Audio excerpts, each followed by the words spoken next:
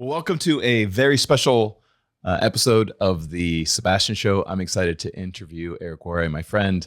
We're switching roles here. Last time you interviewed me, I'm excited to get to kind of lead the show a little bit today and tease out the things that make you you, that hopefully we can unpack some things that can help other people replicate some of the success you've had in your life.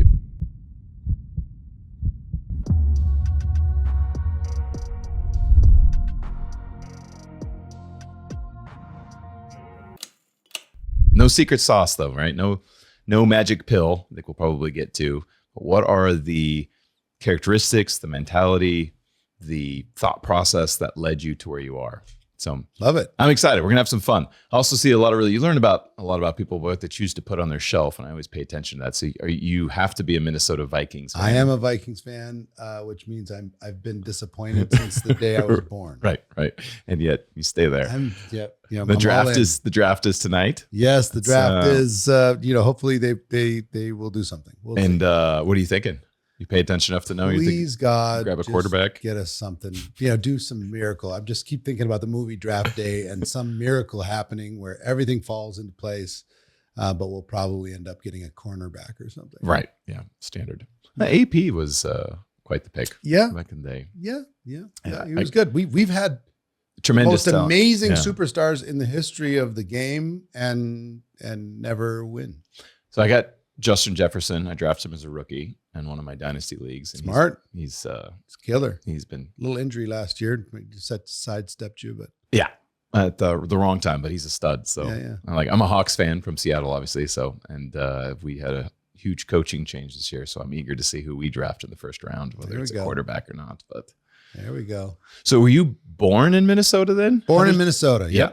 So that's how you became a Vikings fan, much like how I became a Seattle fan? I mean, I have family members that strangely are fans of other teams. I don't like Green Bay. That. Yeah. I moved to Las Vegas and I thought I tried to be a Raider fan. Right. Can't do it. I can't do it. I tried. I really have. Why do you think that is? I don't know. I have no emotional attachment. I could care less if they win or they lose. Doesn't matter to me. And strangely, like the Minnesota Wild, we're like a hockey place. Never cared at all.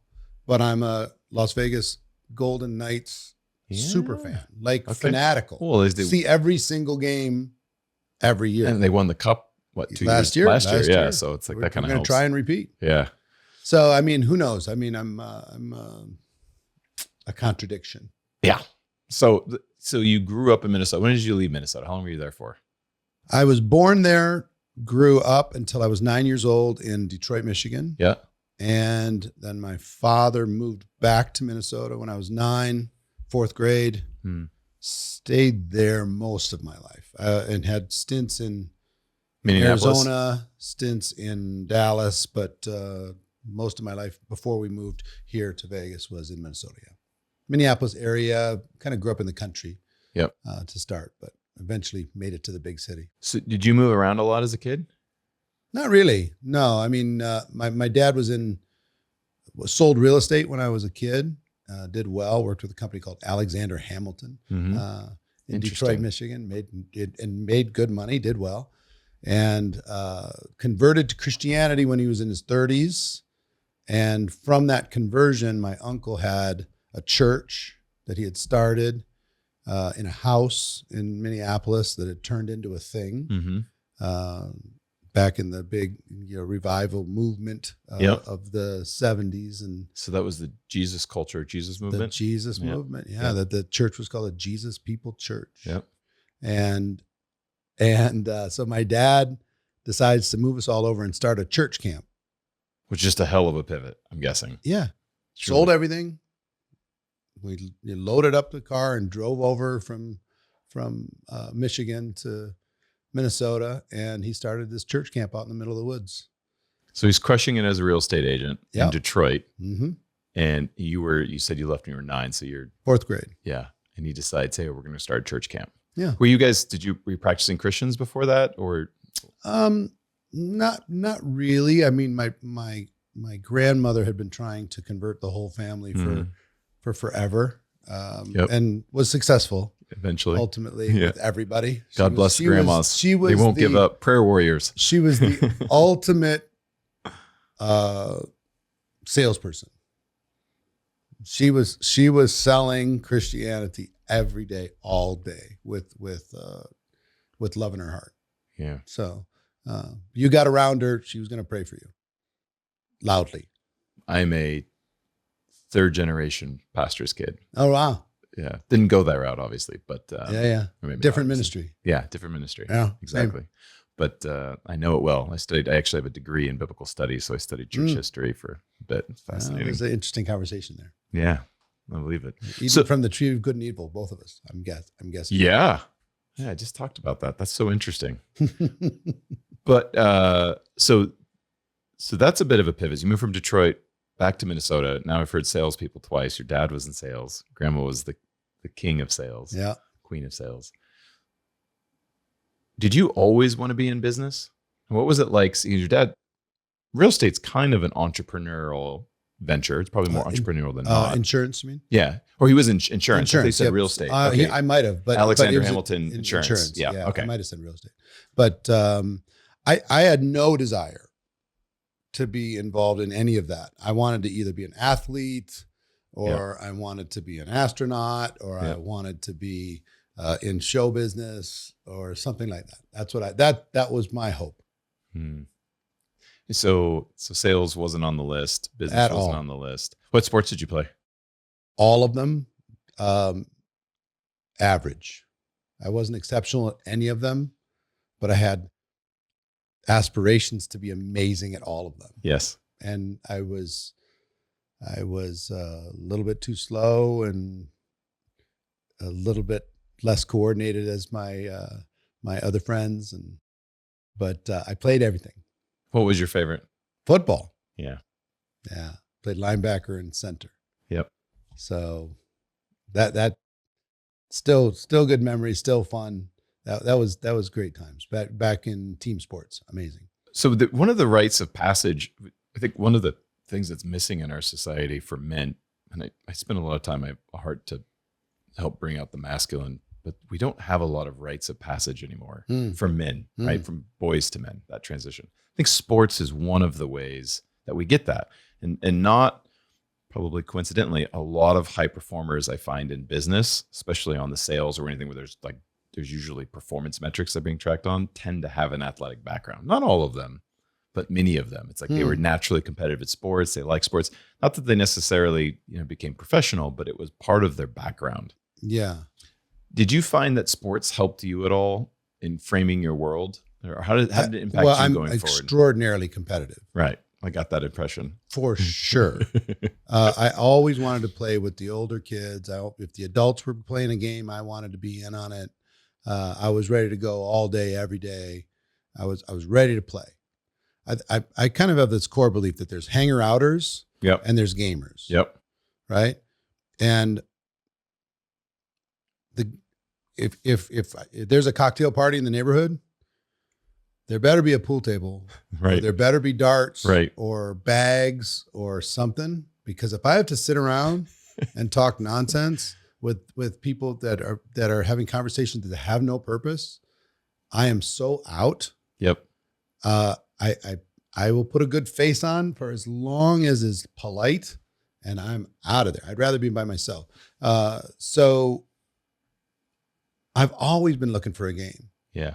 Any kind of game. Doesn't matter. Business is a game. Business is sports for adults. Yeah. Or meaningful conversation. Mm-hmm. That like this is a different kind of conversation, right? Yep.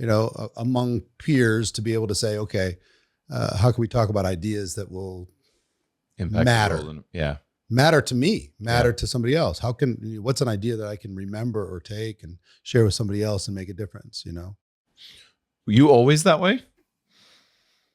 I don't know. I was a terrible student. I could not wait to get out of formal education. Why? Was it like you're a fish and it was set up for birds kind of thing? Or was it you just didn't care? A little of that. Yep. I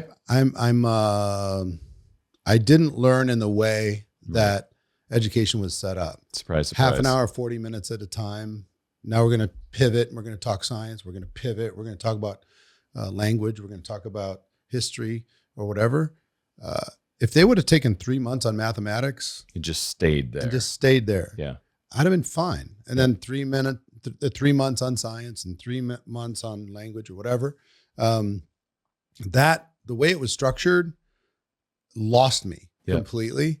To this day, the number one most valuable thing I learned in high school was typing. And there's not even a close number two.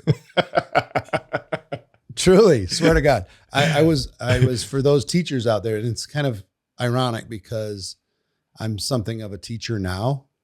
You are, for sure. An undocumented teacher or an officially titled teacher, but I was an invisible student. Anybody who's ever been a teacher knows what I'm talking about. That one that just is there, doesn't inspire, doesn't bring value, is putting in his time like a jail sentence, sitting in the corner waiting for something to happen, or waiting for the bell to ring. I just needed to get out of there. But you did it.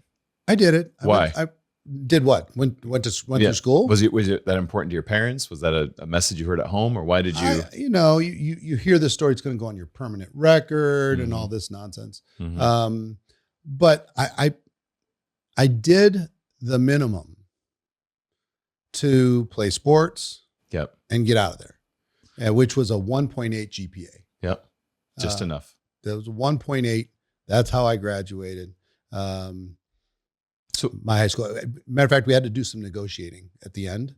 When everybody got their diplomas, they walked across stage. I got the booklet, but it didn't have the diploma in it because they were still deciding whether they were going to let you graduate. Yes, or not. Which is hilarious. So anyway, how many people were in your graduating class? Do you remember? I'm going to guess about 300. Okay, something like that. We moved to Minneapolis by the time out from the country, and now we were in a suburb of Minneapolis, so the big city. Yeah. Oh, yeah. If you could go back and Eric today, we're in context, we're sitting in a big, beautiful house overlooking the strip, and you don't have to say you're successful. It's obvious that you are, right? What would you tell the high school version of you? If you could go back and talk to yourself, what would you say to him? Several things. I've thought about this, as I'm sure you have many times.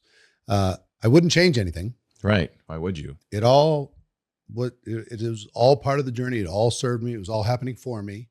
All the pain, all the bullying, all the mistakes, everything was serving me. Every single piece of it. So I wouldn't change anything.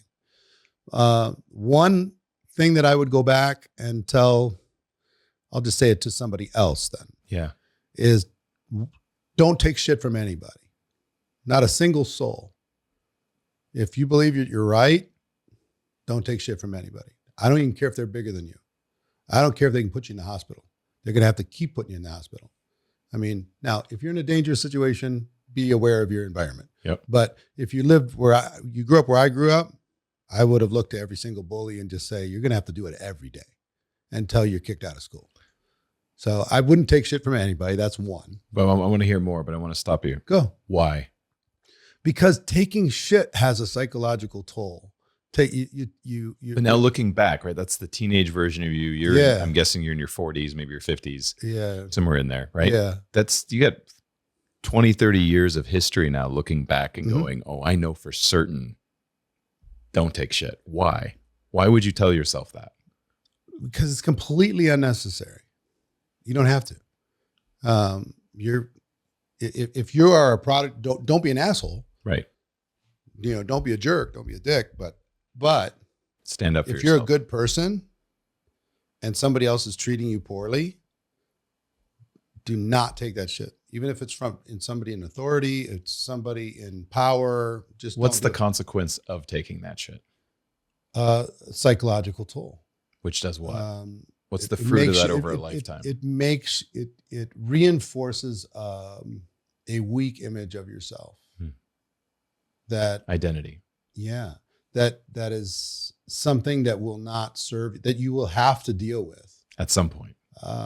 And for me, that took the form of kind of a negative self-worth that probably took me,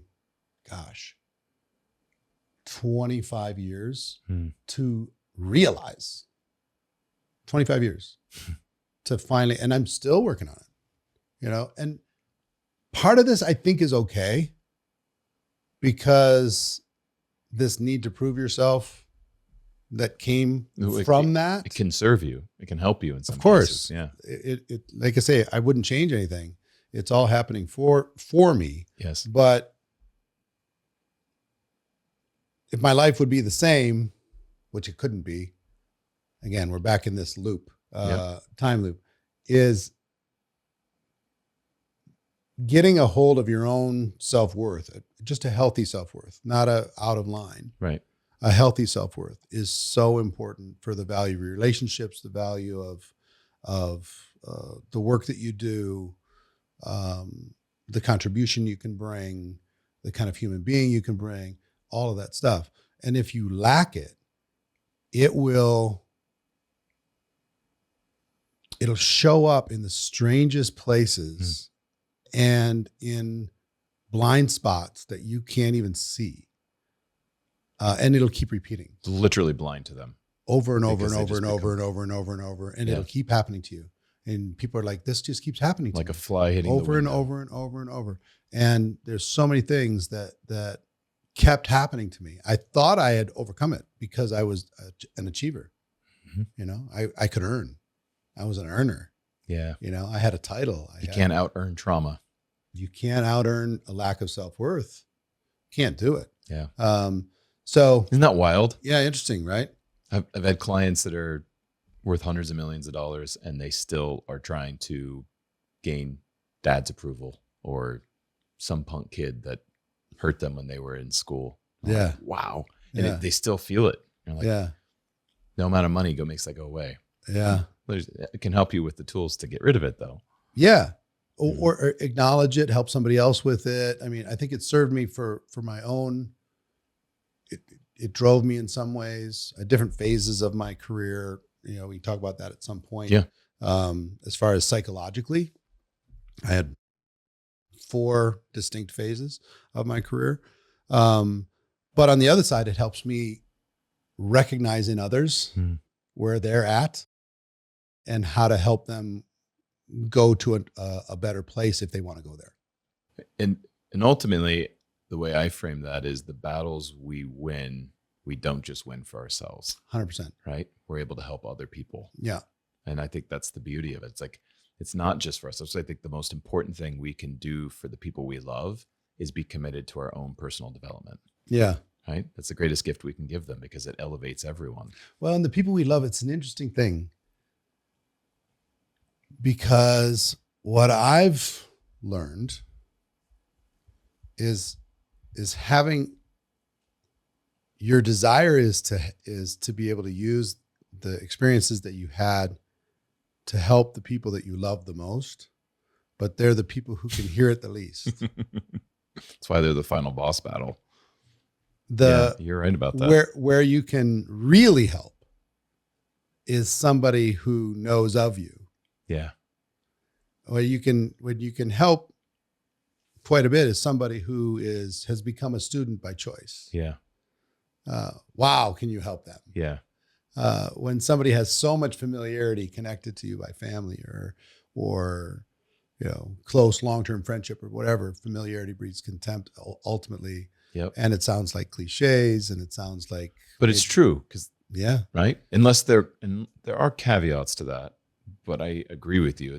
I teach my students this. It's as you grow and develop, don't get discouraged when you go home for the holidays, or you spend time with family and they don't see it, or you feel like you fall right back into the same traps with them and you're getting into the same dumb arguments and you're feeling like that kid again, because they really are the final boss battle. Yeah. Like you're going to get those wins in other places first because that stuff goes back 20, 30, 40, 50 years of indoctrination. I wonder if they're a final boss battle or if they just are. that may be the battle, is you simply accept what is. There's no need to change. You break the pattern within yourself. Love it. One of the big lessons that I've learned, not to interrupt your flow. No, I love it. I'll tell you anyway. This is all about you, Eric. No, is that separation anxiety is a real thing. Mm-hmm. You might have it when you're a kid with your mom or whatever. You're in another room and you freak out. Or if you've had a kid that's had separation anxiety, it's a real thing. And it keeps repeating. And the example that I use when I teach is, imagine you're in the 4th grade. And I remember my teacher, Miss Crusoe, she's an amazing teacher. And if you can imagine your 4th grade desk and what it looked like in the 4th grade room and the 4th grade friends and, the clothes that they were wearing in the 4th grade and the whole thing, chalkboard, the whole deal. You got it? You picture in your head? I'm there. Imagine at the end of that year, you say, you turn to your friends and say, I'm kind of looking forward to the 5th grade. I'm ready to go. And they say, didn't you hear? 5th grade's optional. You don't have to go to the 5th grade. You can stay right here. And we already have the answers to all the tests. And we get to have extra recess. This is brilliant. Time. This is brilliant. And we get to, and everything's cool. We just 4th grade's enough. Yeah. And you're like, this is weird. And you go talk to the teacher and they're like, I don't know. I don't think 5th grade's good for you. I think you should stay. 4th grade's plenty for you. It's like, people need to accept their limitations. And you go home dazed and confused. You talk to your parents. You're like, well, 4th grade was good enough for your father and me. And you're like, I'm still going to go. Yeah. If that was real, that science fiction that I just described was real, how many would voluntarily go to the 5th grade? Not very many. Very, very, very few. And if you had to walk past them every day to this 5th grade room that was scary and no friends and everybody's laughing and pointing at you and your parents were shaking their head every day at you and the teachers were rolling their eyes at you and you're being ostracized in the playground, how many would go back to the 4th grade? Yeah. A lot, right? Yeah. So you get this separation anxiety, right? But ultimately you meet other people in the 5th grade and you go, you know what? I'm learning some new things. This is okay. And you think you're done until the end of the 5th grade. Yes. And say, I'm going to go to 6th. And yes. The 5th grader said, we did this once. I'm not doing this again. Are you crazy? How many times do you want to torture yourself? Yeah. When is enough enough? Yes. Like, what do you mean enough? I just want to go to 6th grade. And it hurts when you go 4th to 5th, right? And it hurts less and less and less with the 4th graders making fun of you, because when you're in 12th grade now and you look back and they're big oversized people in these tiny little 4th grade desks, yep, taking the same test because they have the answer, having the same recess, having the same snack time, having the same nap time, run around playing the same games with the same people, and you've moved to another level. Yeah. And you're still not done. Nope. You start a career, everybody starts judging you. You move up in that career, you become an entrepreneur, you decide you're going to do something outrageous, you take a risk, whatever it happens to be. It's you eventually have to just accept the fact, in entrepreneurship, I wanted to have a no person left behind. If you were on my team, we're going to cross the finish line together. 3 distinct seasons of my life I went through this and had to reset. I can relate. Because I end up just dragging people with me. Yeah, and it'll kill you. It'll exhaust you. And You'll get to your capacity at some point. I learned was I'm not leaving them behind. They're choosing to stay. And that's okay. That's okay. I don't need to judge them for that. There's zero reason to judge. They can choose the life that they want and it's fine. It's just not my life. Right.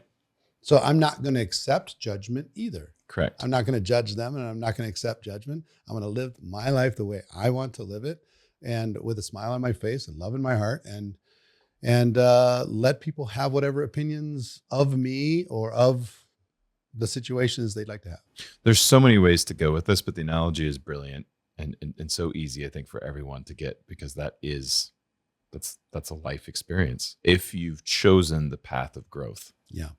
Right. And so there's a few things. There's a principle that I use, an organizing principle here, which is, in my opinion, it is better qualitatively to be loyal to your values first, people second. Right? Because if you are loyal to people first, you stay in the fourth grade. Yeah. You don't elevate. You don't. And that isn't to say that you're not loyal to people, but if the person that you have, in my opinion, that you need to be loyal to before you can be loyal to anyone else is yourself, which is kind of what you're saying by sticking up for yourself, right? You're saying, don't be authentically true to who you are, and don't let other people's opinions. I don't know when you hit this, but I guarantee you did at some point, probably pretty early on, when you wake up one day and you realize nobody knows what the fuck they're doing. 100%. Right? So why do we care? I kept waiting for the adults to show up, and you're like, when are the geniuses going to walk into the boardroom? And you're like, they just don't. Nope. Right? Nope. And I struggle a little bit. I got stuck in my head when you talked about values versus people. Yeah. Because people are value. No, not for that reason. I agree with you. The way I would have it in my head is your purpose versus people. Because I've struggled to figure out what my values were for a long time. And if you have to wait to figure your values out, to figure out what you're going to serve, do you think you're going to wait a long time? Do you think you figure out your purpose? Majority of people, and there's probably exceptions both ways, but do you think people figure out their purpose first or their values first? I figured out purpose first. Did you always know? No. Okay. Not at all. I'd love to hear what so this is I have people reach out to me, I'm sure you do too, constantly. They're listless. Sure. They don't have purpose. Yeah. What conditions led you to figuring out your purpose for being here in this realm at this time? I think the hardest journey in life is from leaving formal education and finding the thing that you're going to do. That's going to be your thing. So that, I remember that, hating that journey, trying to figure out where I fit, what I was going to do. What made you hate it? Because I didn't really know. So all I was doing was trying things. And you didn't like trying things? I wanted to be in, I was involved in theater young, and I wanted to maybe do something on Broadway. So I was pretty good. I could capture people's imagination. I could act a little bit, a little bit of song and dance, not a lot, but a little, until I saw a real pro that was so good. That discouraged you? It destroyed it because, and it's good. It's all good. You just thought I could never do that? No, here's what I saw. I saw this performer perform in the Buddy Holly story. She had one scene. She smashed it. I mean, like, oh my God. Grab the program to open it up. She's got to have a record deal. She's got to be, she had been singing on a cruise ship in a lounge for 6 years. And she was in a traveling off-Broadway show of the Buddy Holly story. She had one scene, had to be making 15 cents. And I went, oh. Got it. This is not going to work. So there was a competing value there then? It was just. There had to be, right? I guess it was just. So if that's my future, right? My future is for me to pursue my dream. I have to sing in a lounge in a cruise ship to people that aren't paying attention. Right. While they're drinking and talking over the song that I'm putting my heart into. That's going to be how I'm going to chase my dream. Now, what I do is I perform today. I know. That's why. But I created my own audience. I created my own thing. Totally. So I found a way, but that wasn't the way. Yep. So that was discouraging, getting into sales, was discouraging. And, my different little ventures, by 23, I was in debt and had started a little family and naturally, and always already behind on my promises. It was the American behind on dream. my bills. And, I was a big talker about all the stuff I was going to do someday.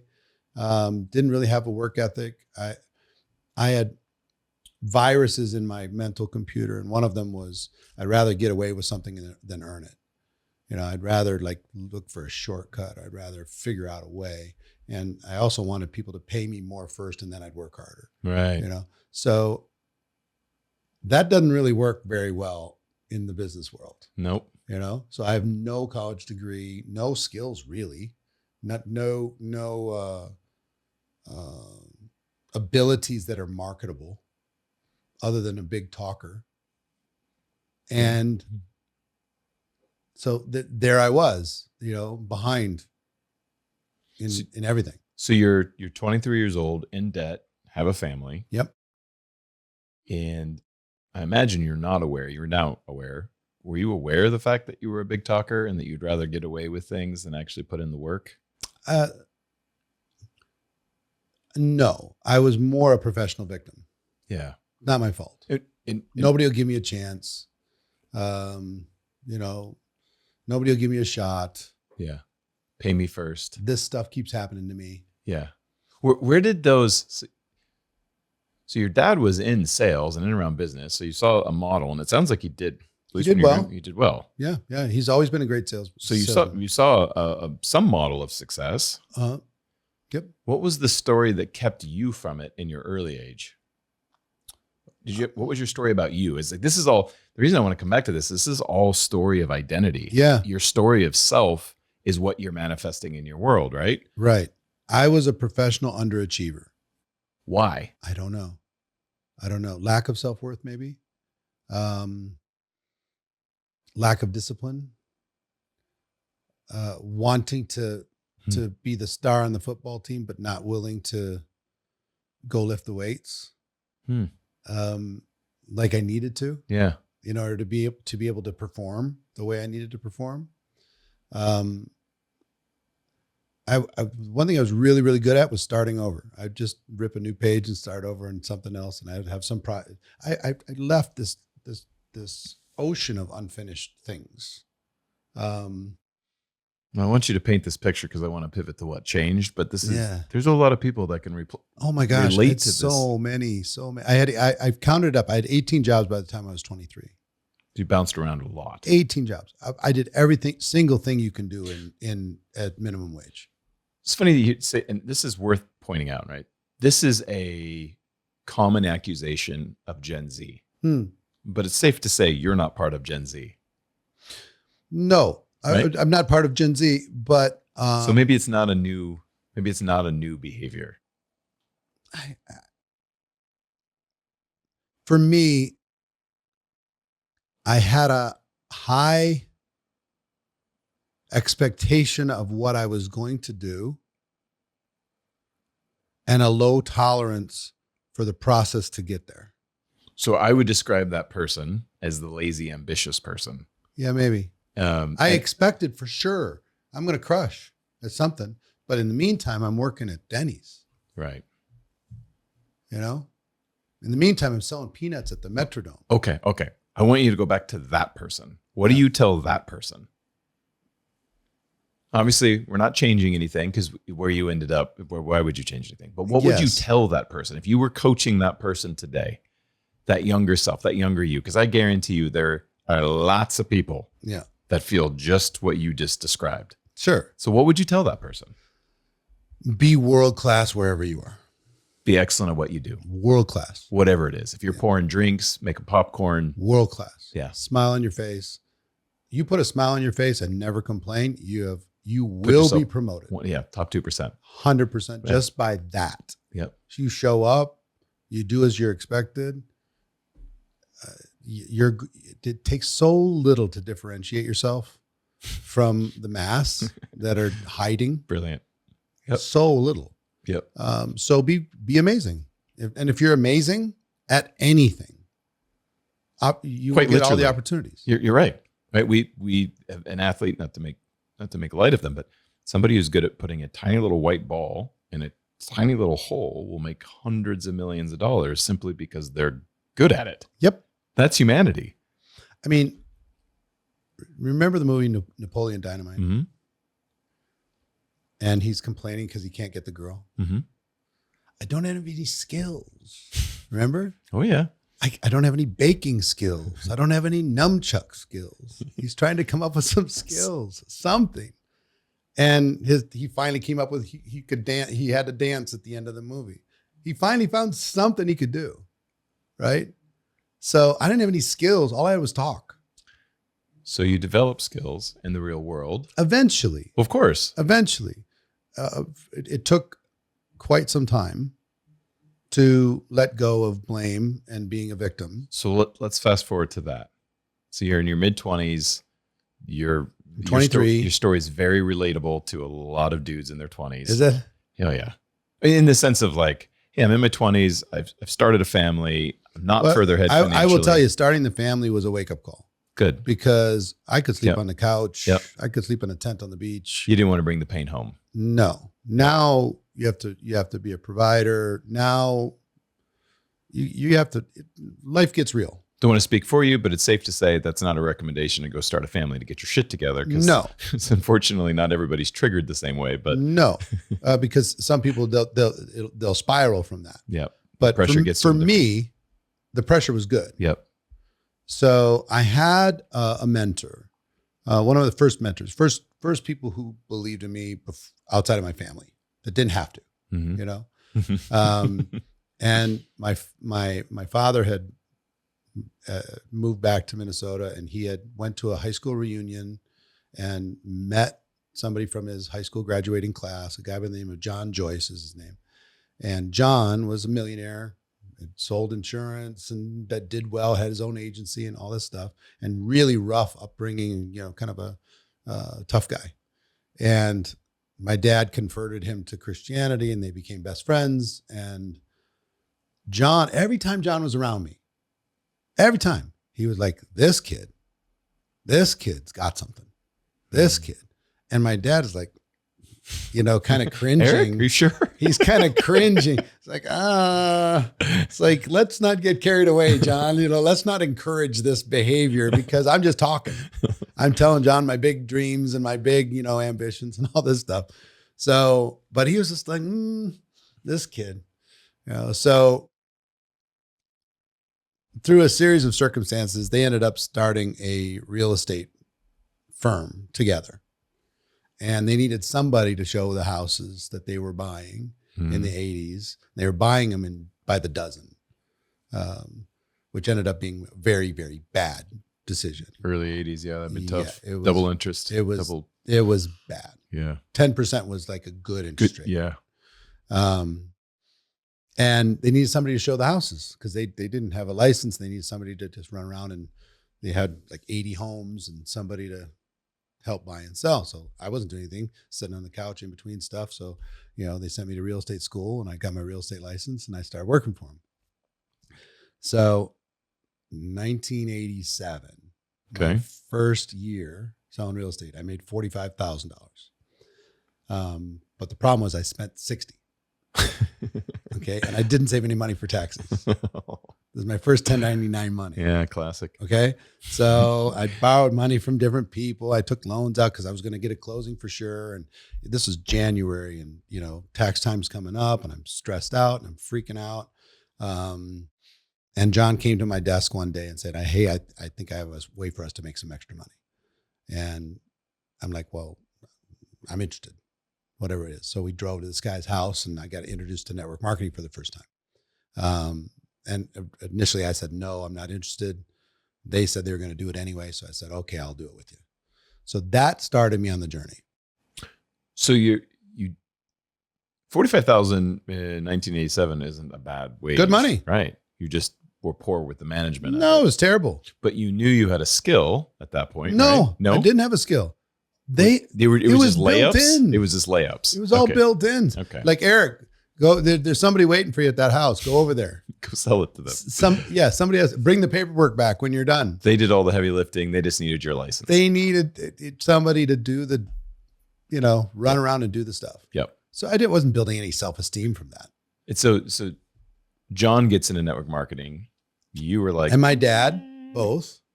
okay, at the same day. And how old were you at this point? 23. 23. Or Okay. 22, about to turn 23. Okay. Initially you said no, and then they I'm got this into looks ridiculous. In 1987, what would that have been? You got Amway is still cracking. Water filters. Water filters. Yeah. A company called NSA. NSA. National Safety Associates. They used to be in the security business, then they went into water filters. Today they're Juice Plus. Oh, okay. I know the So Juice they Plus pivoted. one. Yep. But they had water filters at the time. And I just thought it was the most ridiculous thing I'd ever seen in my life. But they said they were going to do it, and I didn't want to get left behind. And since I was already hooked to their wagon, like Connection, community, might as relationship. well, I'll leverage them. Yeah. So I started, and they pretty much got started, but were consumed with real estate. So they did it kind of as a side hustle. But I made some money like quick, like in the first 2 months. I made my first check was like $7,400. Okay. Yeah. The second check was $12,000. Dang. I quit real estate. Of course. Gave all That's easy my math. all my listings away, walked away, I'm done. My third month's check was $1,000. $1,098.60. And you went, oh shit, what did I do? Oh shit. Because now I have no way to get back. It's going to take me 60, 90 days to get a house closed. And I had nowhere to go. Best thing in the world to ever happen to me. Perfect conditions for growth. Yes. Is, you take the doors in and out of this house, there's probably 15 of them, right? For the average person, they have 15 different things they could do. They have skills, nunchuck skills, cake baking skills, dance skills, whatever it is. They have skills. I had no skills, really, to speak of. And when things get difficult in network marketing or any place else, it's easy for somebody to just close that door and go back to something that they know. Yep. And go do, instead of dealing with the judgment and the, embarrassment or whatever of that experience. All the doors were closed to me. I needed to make like $3,000 just to pay the minimums and pay the minimums on my taxes and everything else, just to keep the wolves away from the door. There's no place I could go. So I think like God was looking out for me, like had nailed every single door shut except one, which was a business model that was essentially a mirror that would hold it up to you and make you look at it. 100%. And there's no way you could hide because your pay was to the penny Directly correlated. based upon the value you were bringing to the company. Totally. To the penny. Yep. So every time you got a check, it was like looking in the mirror. Yep. And if you didn't like it, then you had to change. Yep. So combination of that, one, and being introduced to personal development and Jim Rohn at the time. Oh yeah. Which flipped it started to reprogram my brain as far as taking responsibility. Those two things started me on the journey. So I love that you're saying this. There were conditions in your environment that essentially, based on the way you're hardwired, forced you into, I have no other choice but to figure this out. And maybe that I was going to get there anyway. Right.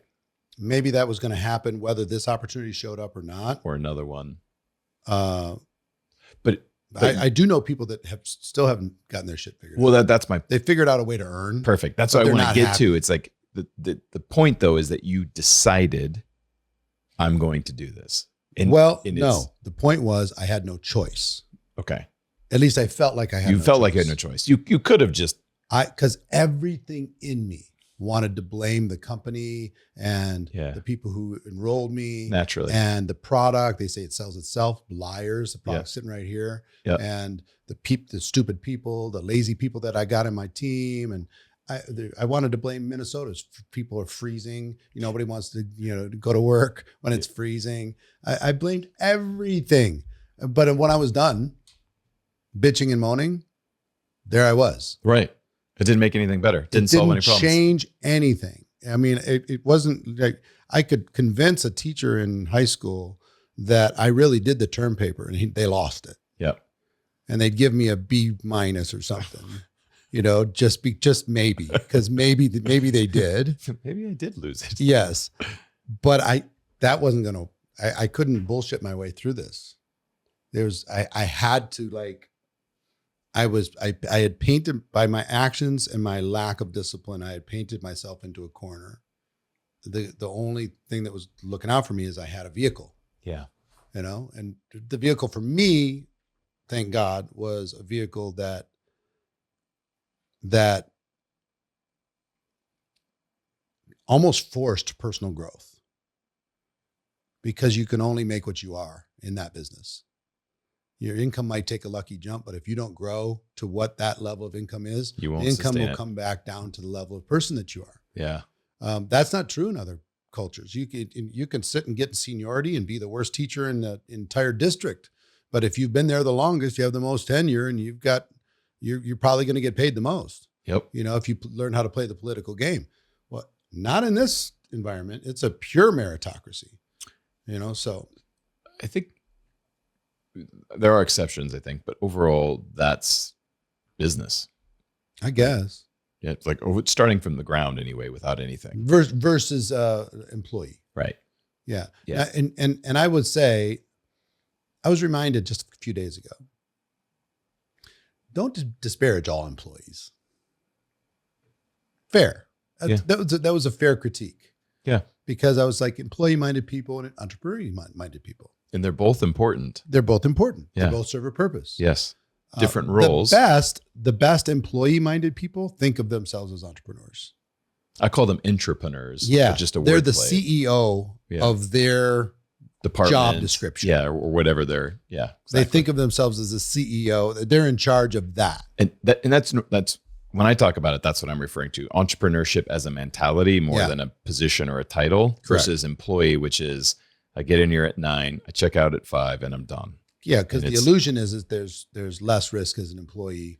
And it's very much an illusion. Especially and there's a lot of people are waking up to that fact. I think there was one generation, baby boomers, maybe didn't have that illusion, right? Yeah. They were the ones that really lived that season, but job security is an illusion. Right. Right. And the other thing is I talk a lot about this because I think it's really fascinating. In the 70s, 60s, 70s, you probably could have bought a house and a car on close to a minimum wage, right? Maybe. You didn't, I would say it this way. You could trade your time in the form of labor and make enough of a living wage to buy a house and a car and raise your family. Yeah. The middle class that got eviscerated when they got rid of manufacturing, essentially. Exactly. The manufacturing whole group of people that were making stuff here in the United States got punked when that industry went overseas. when it got outsourced. But the point there is you get paid proportionally based on the value you bring the company and the skills you hold. And if you don't hold, there's exceptions, of course, but if you don't hold high value skills, you're not going to make high value income. Yeah. Well, again, and you're going to get paid. Ultimately, you're going to get paid for the value you bring to the organization, regardless of your skill set. Right. Right. Well, yeah, exactly. Now, the skill set's going to affect what you can do with that. The value that you bring. Yeah. Or how short-term or long-term, how predictable can it be? Yeah. There's a lot of people bounce around in network marketing and they get lucky here or they get lucky there for a minute and they never develop the way to have more permanency. It's like speed dating in business. Yeah. I call those guys wantrepreneurs. Yeah, yeah. Right. They, as soon as things get tough, they bounce on to the next thing. They bounce on to the next thing. And network marketing is different than a pure entrepreneur because you don't have the infrastructure that you would normally have as a pure entrepreneur. You're a solopreneur. Yep. In other words, so the company's doing most of the stuff for you. Yep. Support and regulatory and reporting and inventory and all of that stuff, product development, all of those things that a typical person, employees a person network marketing can build without. It's just them. Yeah. And guess where they get rewarded? More income. Talking. Yeah. Oh yeah. Yeah. Yeah. Talking, selling ideas. Yeah. So I found that I was pretty good at selling an idea, way better than I was selling a product. So, this is kind of interesting. Now, I still wasn't great at it. I still had to like hustle. I still hadn't figured out big pieces of it. So I would say I had a job in the network marketing profession for like the first 4 years or so. And then it turned into a business. It does sound, though, and I want to put words in your mouth, it sounds like that was the first time that you really felt like you were good at something or moving, like got proficient enough that you were gaining momentum. Nope. Because you stuck with it for 4 years. Again, where else was I going to go? Okay. So literally that was your frame. It's like, I have no other choice. Where else was I going to go? The first year I made like 60,000 or something. The second year I made like 80. The third year I made like 110. But in your I was trading right in my mid 20s, in the 80s, that's a good income. And it was more every year, and it was more than what you were making in real estate.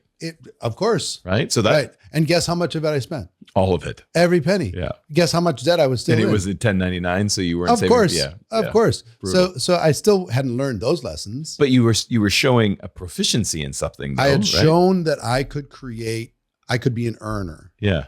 But I hadn't shown that I could really build a team yet. Yeah. Most of it was me. Yeah.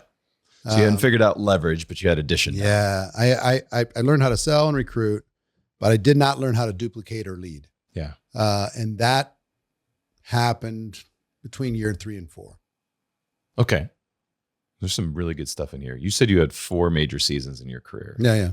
Okay. And you've made primarily a career income-wise from network marketing. That was somewhat of an accident. It sounds like it wasn't your intention. It wasn't my intention. I found the thing. I knew I was going to do it after I almost quit 3.5 years in. I was this close. If somebody would have looked at me funny, I would have just found something else. If somebody would have knocked on my door and said, I have a business and you're working for me, I would have said, you know what? I'm tired of the drama.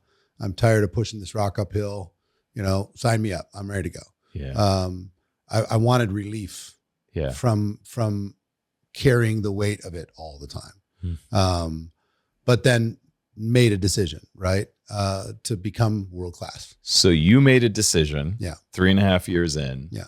That could have gone either way. You could have tapped out. I went to an event with the intention of quitting. You went to an event. This is why people get invited to these events. I went to this big convention. And you were like, I'm out. This is gonna be my last thing. I'm gone. And then what happened? Unless something happens. Yeah. And then there must be something wrong with me. Because I know these people now.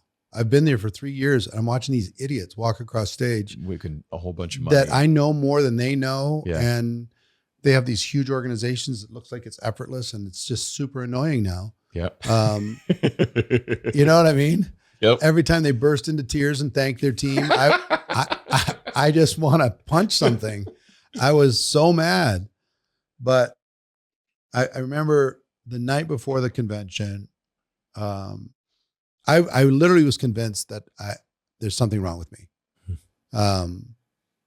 That there's something faulty in me. I'm never going to figure this out. And the night before, I'm sitting in my hotel room, Orlando, Florida, and I'm watching TV and I'm watching CNN, and they had a person that they were interviewing on an obscure topic. I can't even remember the topic now, but I remember thinking, how does somebody become an expert at that? How does somebody become world-class at that? That obscure, crazy thing. And in my mind, I'm like, well, they probably read everything there was to read, and they probably practiced it, and they probably interviewed everybody there was to interview. And when it came time for CNN to find the expert on that obscure topic, they were the person to call. File that away in my head. Nothing happens. The next day, I'm sitting in the conference watching, and it was something clicked. And I went, wait a minute. for the last 3.5 years, I've been trying to be in the right place at the right time. I've been trying to find the magical person to join my team. I've been looking for the magical system that's going to give me a shortcut. I've been looking for all this stuff. What if I just let go of all that? The magic pill. And decide to become an expert? Yeah. What if I decide, just like that person on CNN, I'm going to become world class. Yeah. So good at this, not just in my head, but in practice, that they'll beg me to come up on that stage. They'll pay me to come up on that stage because I'll be so good that nobody can touch what I can do. So I got to tell you, in that moment, it was just like, you ever have when you're sitting in a crowd and everybody else disappears kind of? Mm-hmm. In that moment, I was like, the dominating emotion that I had in my body as long as I could remember was fear. Mm-hmm. That I wasn't good enough. I was in the wrong place, maybe with the wrong company, that I'd made the wrong decisions. I a product of a lot of mistakes. And in that moment when I decided for real, because I thought I decided like a bunch of times in the first 3 years, when I really decided, I'm just going to do that. All the fear left my body. It was just gone. And I had a plan. And I just decided to find the best I could. The rest of the weekend, I didn't care what was happening on stage. Who is the best people at finding prospects? I had to go have breakfast with them. Who is the best people at presenting? Or who is the best people inviting people to take a look? Who is the best people dealing with objections? And I started to create a little playbook to go back and put into action. And it didn't take long. Once I made the decision, 3 years later, by the time I'm 29, my 1099 that year was $980,000. Wow. So basically 10x in 3 years, sounds like. Yeah. It didn't take long. And that started a whole thing. That's, from that moment of decision, that's when I felt like I found. Up until then, I was indecisive, but that's when I said, you know what? No, I'm going to become a professional here. I'm going to plant myself here. I'm going to do this, and I'm going to become world-class at this. And I'm not looking for a plan B. I'm just going to become great. Yeah. So you stayed committed to it, but were uncertain. Yeah. Because I didn't feel like I had options. Yeah.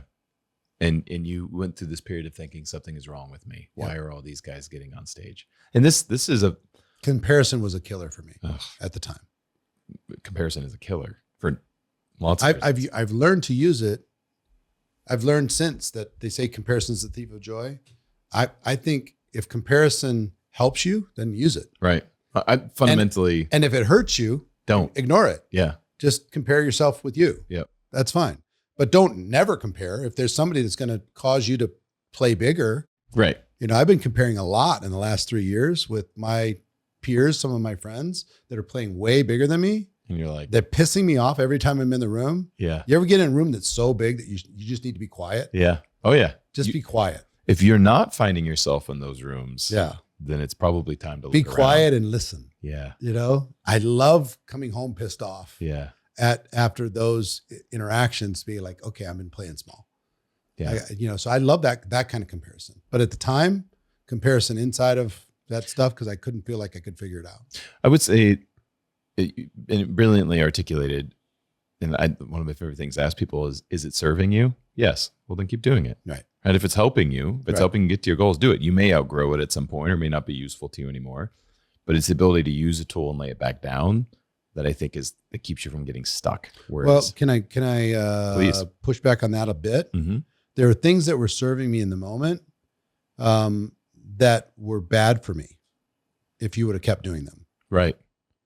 But so there's an old saying, what got you here won't get you there. Yeah. But sometimes there's these, and I'm not in any way endorsing stupid behavior as a way to progress, but sometimes you'll look back and it's like it served you for a season. Right.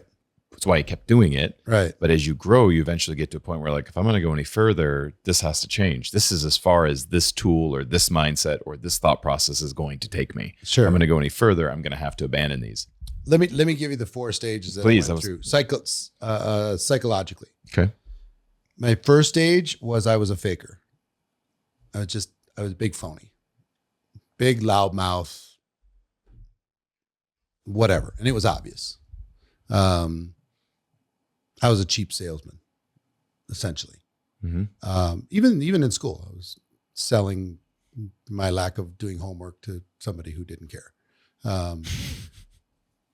Phase 2 is I was a taker. My ambition was so high that I bought into a whatever it takes mentality, even if that meant hurting other people. And it's the season that I'm most embarrassed about. It didn't last long, but there's still some scars, you know. There's still a couple people out there mad at me, because whatever it takes. Hey, you know, the Wall Street era. Then I decided I'm not going to do that, but I pivoted into being a fighter, and the fighter stage really served me. I had an enemy for everything, a psychological enemy. I had, if there was another company that would drive me, I had enemies all over the place. And enemies served me because it was fuel. Yep. And I used that fuel to rocket ship myself as fast as I could. If somebody put me down, like you see the fighter in a Michael Jordan, when somebody like says that, you know, somebody's quoted in the newspaper of saying, I don't think Michael's that big a deal. And the next day he decides he's going to destroy him. Yeah. He doesn't have to destroy him. He's the GOAT. Yep. But he used it. Right. So I used it. I used the fighter thing, but I got tired of being a fighter, because if you stay a fighter long enough, then you just start to have a lot of enemies strewn all over the place. And you're looking for one because you need it. Yeah. And I got tired of the drama. Yep. So I said, you know what? I'm not going to be a fighter. I'm just going to be a giver. I'm just going to give. And that was bad too, because if you give with no boundaries, they will take in an unlimited there's no appetite. There's no reciprocation. And if you identify as giver, oh my gosh, all you're going to drive to you is takers. Yeah. So finally, where I like to say I'm trying to land is a giver with boundaries. My wife would tell you, you know, here's what I'd love to tell you. I'm like 70% giver with boundaries. I'm like 20% fighter and 10% giver with no boundaries, and mostly with my family. My wife would like laugh at those percentages. But that's where I'd like to be aspirationally, is a giver with boundaries, and let people find wherever they're going to be in my orbit, and not care so much how close or how far they choose to be from me. Yeah. You know, let them find their place. Well, I want to go back to these stages. You could look at these within the framework we used earlier. Faker is first grade. The taker is second grade. The fighter is third grade. The giver is fourth grade.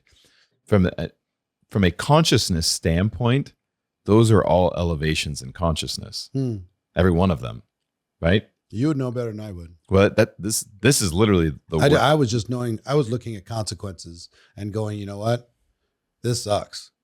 I'd get to it. This worked. This sucks. Until it doesn't. Like being a faker worked because I kind of faked my way into some situations. Being a taker worked because until it didn't. I was able to take and other people lost. Being a fighter worked. Boy, it was super fuel. Yeah. Being a giver actually didn't work. It just, I thought it did because it made me feel good for a little while, but there are progressions in consciousness that follow that line. Beyond giver, you're saying giver with boundaries. From an energetic standpoint, we would describe that as reciprocal relationship. And if you look at the most potent, most valuable relationships in your life, I guarantee you they are reciprocal. Meaning there is an equal exchange of give and take. Not necessarily in like kind, right? You may give to your children differently than what you receive from them, but they're typically, if there's a strong relationship, it is reciprocal. And staying in that energetic state of learning how to sustain reciprocal relationship is where all the play is. That's the goodness. one of the lessons I learned from Jim Rohn was you'll become who you hang around, right? Mm-hmm. You become the average of the 5 people you spend the most time with. And you want to be the smallest person in the room. If you can. Yep. Okay. Because they will pull you up. Yep. And if you're the big shot in the room, they will inevitably pull you down. Yep. And you're not stronger than the influences around you. Okay. So that ingrained in me the constant search for being in a bigger room. And what Mr. Rohn taught me was if you don't like your life, you need to limit your associations with negative influence. You need to disassociate with some because they're too negative. And you need to expand your associations with positive influence. Mm-hmm. Okay. But the big problem is when you're trying to get into a bigger crowd and expand your influence with more positive people, they're trying to limit their association with you. You haven't earned your way in. Yep. So it's not reciprocal. It is. Well, I'll show you. Maybe, but I will tell you, for me, trying to earn my way in, I was giving them all the attention. They weren't giving me nothing. And I was trying to bring as much value as I can into that environment, bring as much value, and then eventually, earn my way into that peer group when it made sense. Okay. But tell me how it's reciprocal. You just did. It balanced itself out. It may not be right away, because especially if it's like, because it was a little bit painful at the beginning, to be honest. And it will be, because it's like you get people ask you, and I'm sure you get lots and lots of people ask you, will you mentor me? Will you be your mentor? Sure. There's an opportunity cost. Every time you're saying yes to somebody, you're saying no to a lot of other things that may potentially have a higher priority, more value, and it's irresponsible for you to say yes to this person. Yeah. Unless they find a way to bring you value. So when I talk to people like, how do I find mentors? You have to find a way to bring them value, something. And it could be pretty basic, but even very wealthy, powerful people have things that they need done. And sometimes it's a relationship. Sometimes it's a connection. Sometimes it's an introduction. There is something they need, right? So it's like kind doesn't always mean it's a 1-for-1. Yeah. But if you look back and it's like, well, maybe it didn't feel reciprocal in the beginning, but guaranteed by proximity, eventually that opens up a whole new world. And sometimes I didn't want it to be reciprocal once I got to know them. Totally. Right. That could be too. You're like, but like, imagine this is a major, major, major shift in my life. Cause I bought into this. I want to get into a bigger crowd. Right. And imagine the Mount Rushmore of your most admired people that you have in your life. Okay. And imagine that they're faced away from you, all standing next to each other. It's called 5 of them standing next to each other. I could give you my 5 back in the day, but it's not necessary. And they're all facing the other direction, focused on other things. And I am jumping up and down. Look at me, watch me, look at me. Can I give you a glass of water? Can I carry your luggage? And then occasionally they look around like, hey kid, they give me a thumbs up or whatever. But I'm jumping up and down trying to get their attention. How can I serve? I will serve. I am here to be of service. Anyway, can I pick you up at the airport? I mean, I was so willing to get in proximity to greatness that I was jumping up and down. And I occasionally get the, metaphorical head turn, thumbs up. Okay, kid, good job. Keep working. But I wasn't part of the cool group. Okay. And here's what I realized. I wonder if there's other people that are trying to get my attention like I'm trying to get theirs. Undoubtedly. So I turned around and they were all there.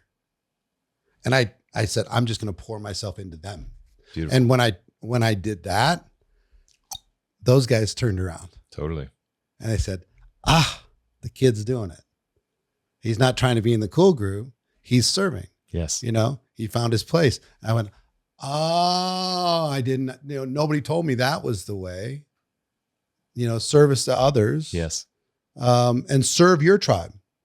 even if they're a homely looking, sickly looking, half dead people tribe. The Walking Dead, you're not proud of it. You're going to do your best with what you got, David's Triple D Company. If you remember David's story, David in the Bible. Well, before he became king, when the indebted, the depressed, the disheartened, it was his group that was in the cave of Adullam with him before. When Saul tried to kill him. There you go. But that was his lot before he became king. And that shift of saying, I'm going to just serve them. Yes. That's my purpose. And if that endears me to the legends, wonderful. Yeah. If it doesn't, it doesn't matter. Yeah. I will, through service and through reputation and through brand and through everything else, I'll earn my way into any room I want to get into. Totally. So that's I have to remind myself of that every once in a while. That is a clarification. That is a different context than what we were talking about earlier with reciprocal conversation, but I 100% agree with you. Be so good you can't be ignored. Yeah. Steve right? Martin. Just don't go chasing the greats, become great. Right. And they'll invite you because you get on a peer level with them from just your result. Be so good you can't be ignored. And the other thing that I learned is a virtual mentor is 1,000 times better than a personal one. You mean somebody of history or somebody that you... No, somebody like, take Jim Rohn as an example. Okay. If, I'm 22 years old and trying to figure myself out and he's friends with my parents, let's say, and will you come over and train Eric for an afternoon? If he came over for an afternoon, gave up his afternoon, which would be extraordinary. He sat there and taught me for 3-4 hours. I'm taking my notes. I get a picture, right? And he leaves. I'm going to have a value from that, right? Can I have him come back tomorrow? Probably not. Do the same thing a week from now? Ever again? Will he ever do that 3-4 hours again? Yeah. No. Yeah. But if I buy his audio program, which I did for $70, which was 3.5 hours of some of the best stuff ever recorded, called The Challenge to Succeed, I could listen to it 1,000 times. I get 3,000 hours of Mr. Rohn for $70 without bothering him. Yeah. Instead of one afternoon and a photo. Yep. So which has more value, 3 hours or 3,000? I'll take the 3,000. And I also learned, because I've been in personal development for 36 years, some people it's probably better you don't meet because their message is better than their humanity. So take the message. Yeah. Good messages come in flawed packages. So sometimes the flawed package can get in the way of your ability to receive a good message. And on the flip side of that, there's offend the mind, reveal the heart. A lot of times those guys that are seeking mentors or seeking the time aren't seeking learning. They're seeking connection. Yeah. Clout chasing. Yeah. Right. Or just relation. Yeah. Yeah. Of whatever kind. I don't think we have more access to information today than any other time in history. More access today than presidents had 20 years ago. You can learn whatever you want. Right. A lot of times the excuse isn't access to information. It's just not knowing what to do with it. And we're seeking relationship, not education. Yeah. And we get stuck. And you can I agree with you. And you can find it. You can find it all over the place. I know. You know what I mean? And you'll attract it. I guess what I'm saying more than anything is those that are like, gosh, I need somebody to come move into my house and mentor me. Yeah. Like they do in the movies. Right. Michaela and the Bee or whatever, some guy's just going to sit there and teach somebody how to win the spelling bee. You don't need that. You don't. You could pick a mentor in any genre and go deep. Yeah. And you can know more about them. You'll remember more about them than they'll remember about themselves. I remember sitting down with Mr. Rohn backstage at an event, which we'd become friends. And I said, will you do this story? He said, what story was that? I'm like, he didn't even remember. I'm like, no. This is like one of your best bits ever. He said, remind me. So I did. He said, oh, yeah. I remember. I'm like, oh my gosh. I just reminded Mr. Rohn of one of his best bits that he'd ever done. I knew his stuff. I'm not saying I knew it better than him, but I knew it really well. Yep. Really, really well. So yeah, the having access to a physical mentor is not a barrier, like you might think it is. And you can be in a room, you can surround yourself with giants and never meet them. Yep. 100%. That's what happened for me, at least the beginning. Then I met them. Just a couple of rapid fire questions. We'll wrap it up. Yeah. This is really good. So faker to taker to fighter to giver. What's next? Giver with boundaries. Giver with boundaries. Yeah, that's the thing. So 5 stages, I guess. Yeah. Giver with boundaries. I think that's the ultimate place to be. I think a little fighter for spice, because if you don't have any enemies at all, then you're really not standing up for anything. So as healthy a boundary as you can create without being an asshole, create it and have positive actions be rewarded and negative actions inside of your circle have consequences. Yeah. The way I look at it is like concentric circles. It's you in the middle, you and God, right? And then it's your spouse or something. And then it's your children. And then it's, and it keeps going out like a target as wide as you want it to be. Most of drama that's happened in my life is me wanting somebody out that's farther out to be closer, or wanting somebody that's closer to be farther out. And now I don't stress about that. I let them find where they're going to be, and I bless them wherever they want to be in that orbit. And I don't judge them for it. I'm not their cup of tea. I'll see you on social media or something. Yeah. I'll talk to you once every 10 years. It's fine. Yeah. If you want to be closer, then some things are going to have to happen for that for me to give it that space. Have you read Dr. David Hawkins' work, Letting Go? I haven't. You may enjoy it. It's good? It's really good. Yeah, cool. Yeah, Hawkins is good stuff. When you kind of look at where you're at now, what's next? What's your focus? It's interesting. I just turned 60. 60. Yeah. Congratulations. Thanks. You look great. Oh, thanks. I'm trying to reverse age. Yeah. My wife says she's glad she didn't meet me when I was 35. But I'm going to a place that I've never been. I'm headed there now. And not a lot of people are going to go with me, and that's okay. And in order to do that, I've got to become a version of myself that I've never been. Yes. So I'm excited about that. And that's going to come at, the result of that is going to be a higher level of service, a higher level of frequency, a higher level of intention, a higher level of focus, a higher level of thinking. I realized that in my 60 years, I've accomplished what a lot of people would call success. I've been playing in the kiddie games this whole time. Even though every time I think I'm a big shot, I'm still playing in the kiddie games. So I'm not going to play in the kiddie games. I'm going to separate myself from that. I'm going to learn to discipline myself a little bit better at different aspects, make some changes, be a little bit more intentional to be able to go there. And I don't know exactly what it looks like. I'm not a person that has financial goals or like very specific goals. I have directional goals. And the direction that I'm going in is mega impact when it comes to contribution. I think there's 2 phases in a person's life: the accumulation phase, you get yourself taken care of, security and everything else, and then a contribution phase. Yep. And I'm past the accumulation phase and I'm into contribution phase. And now I've realized that there's levels. There's levels upon levels upon levels upon levels upon levels. And if you'll let your brain go there,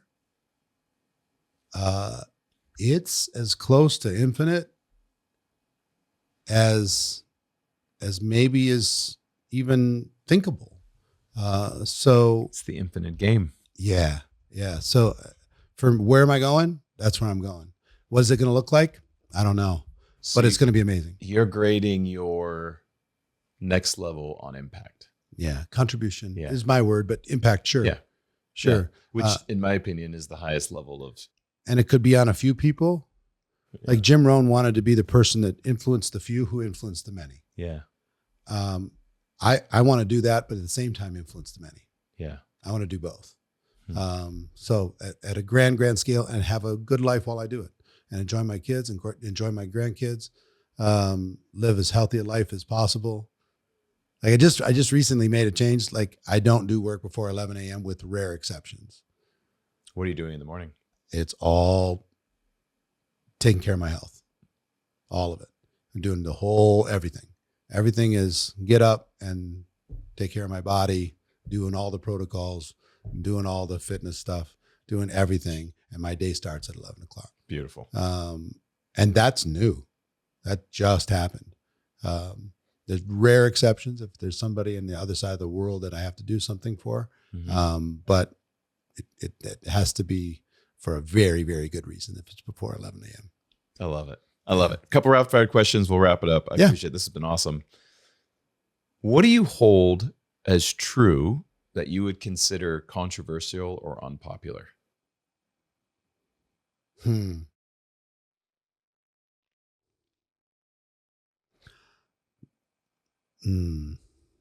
don't know if I'm prepared to go there. We don't have to answer if you don't. Yeah. I mean, there's certain things that I think would be divisive within my community that if I was truly 100% authentic on some things, I think there's things around spirituality that I believe have been used to manipulate people more than they've been used to serve people. Weird. Yeah. Understood. And those things I push against. I struggle with.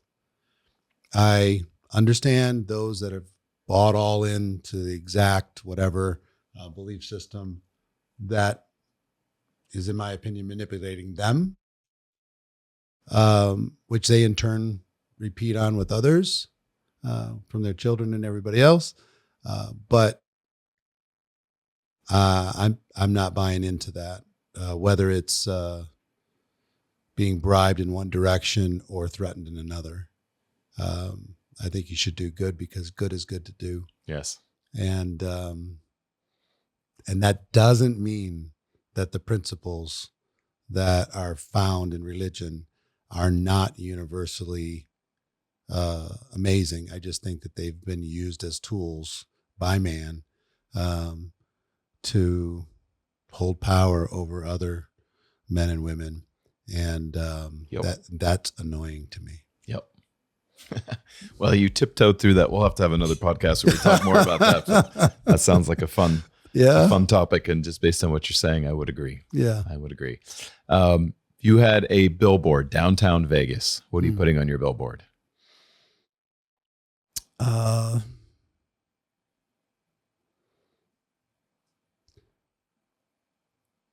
One of two things. I wrote a book called GoPro. The idea of going pro at anything, being world class at anything, being excellent at anything. I call my podcast Excellence Project for that reason. So it's either that, or there's 6 words that I say at the end of a lot of speeches. One is think bigger. You know, my subtitle is "The world's not served by you playing small." Be stronger. You know, you're stronger than you think. Stop acting weak. And move faster. Success loves speed. So think bigger, be stronger, move faster is probably what I would put up. Brilliant. I love it. One last, other than your own book, what book do you recommend more than any other? Probably controversial again. It's the book that impacted my life. I don't think you should read it unless you're really ready. Oh, For sounds like life it's going to change? be a good one. Yeah. Is Atlas Shrugged. Have you ever Oh, read of course. Atlas? Yeah. And Rand. So I read Atlas when I was 33. You're right about that though. Where it hits you where you're at, and if you Yeah. weren't ready If you're for it, not it's ready, going to it's be not. like a. It's a mess. Yeah. It'll be a mess. Yeah. It's 1,100-page novel. For anybody who hasn't read it, you got to get about 200 pages in before it'll hit you the way it needs to hit you. But that was a life changer for me. Absolute life changer at age 33, 34, when I was Sounds right. searching. And it helped me put into words what I couldn't quite communicate, and what I was looking to try and do with my life. So Beautiful. It's a great recommendation. Yeah. I Eric, have a first edition, right? I saw it. I also have a first edition. I was admiring it. Yeah. Eric, this has been awesome. I'd love to do fun. this again. We could talk more about religion. There's a lot of topics we can go into. We could. This has been awesome. We could. We're like-minded souls. We are. I can tell. Appreciate you, brother. My pleasure.